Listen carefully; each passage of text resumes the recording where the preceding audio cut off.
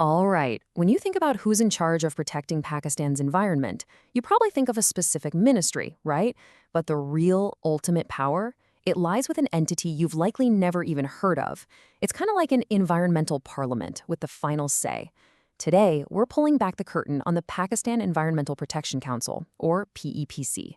So let's ask that question directly. Who really calls the shots on environmental policy in Pakistan? Is it the Ministry of Climate Change, the Environmental Protection Agency, or do the provinces get to decide? Well, the answer is actually none of the above, not entirely. It's something much, much bigger, sitting right at the top of the entire national structure. You see, the real authority isn't held by a single ministry. It's held by a supreme council, a kind of parliament for the environment that brings all the country's most powerful leaders into one room. And that body is the Pakistan Environmental Protection Council. Okay, so let's start with the basics. What exactly is the PEPC's job? The best way to think about it isn't as just another government department. No, this is the highest strategic forum for the environment in the entire country. It's the place where the fundamental rules for protecting Pakistan's air, water, and land are actually debated and decided. Now, the key phrase you got to hear is Supreme Statutory Policymaking Body. This isn't some advisory committee making suggestions. Its power is legally binding, locked in by the Pakistan Environmental Protection Act of 1997. And that act, it gives the council some serious teeth, placing it at the absolute apex of all environmental governance. So if it's that powerful, who gets to be a part of it? The council's incredible influence really comes from its membership. I mean, it's a seriously high-level and diverse group. Let's break down who actually gets a seat at this table. You can see right away, this structure is built for maximum authority. It's chaired by the Prime Minister of Pakistan. You've got the chief ministers from every single province there, making sure everyone's on the same page. But, and this is so important, it also includes up to 20 non-official members. We're talking experts from industry, top academics, and leaders from NGOs. This mix means decisions aren't just made in a government bubble, they get input from all sides.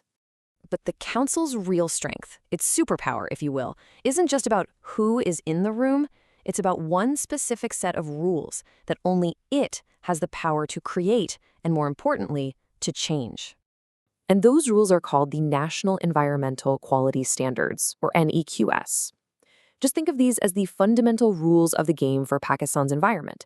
They set the hard, legal limits for how much pollution is allowed to come out of a factory's wastewater pipe or a car's exhaust.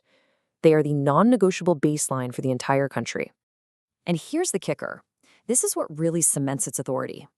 Only the PEPC, meeting as a full council, can change these national standards. Not a ministry, not an agency, not even the Prime Minister acting alone can touch them. Any change requires a formal vote of the entire council. That makes them the absolute final word. So, if you're picturing a pyramid, here's how it works. The PEPC sits right at the very top. It sets the national rules. Just below it, the Ministry of Climate Change acts as its secretariat, managing the day-to-day agenda. And then at the base, you have the Pakistan EPA, which is the enforcement arm, making sure those rules are actually being followed on the ground. And its power doesn't even stop with making policy. The council's influence actually extends into the judicial system. It's the body that recommends which judges should be appointed to Pakistan's special environmental tribunals. Yep, the very courts that prosecute polluters.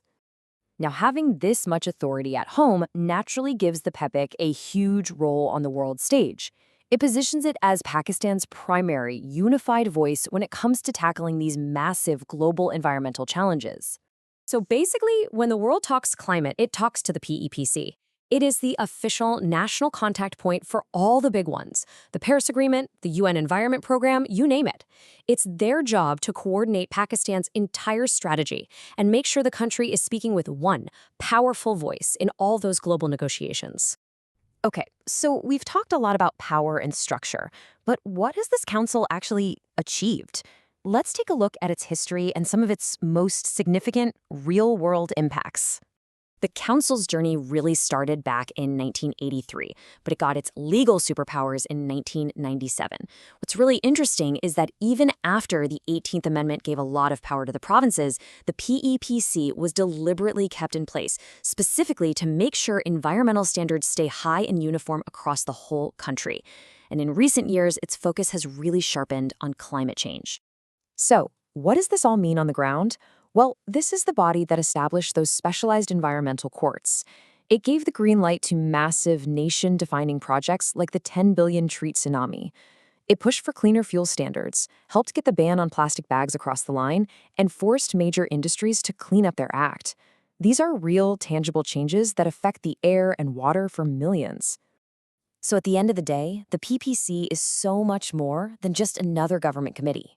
It's a uniquely powerful institution, specifically designed to bring the country's top political, provincial, and expert leaders to a single table to set unbreakable environmental rules. And this all leaves us with a really critical question for the future.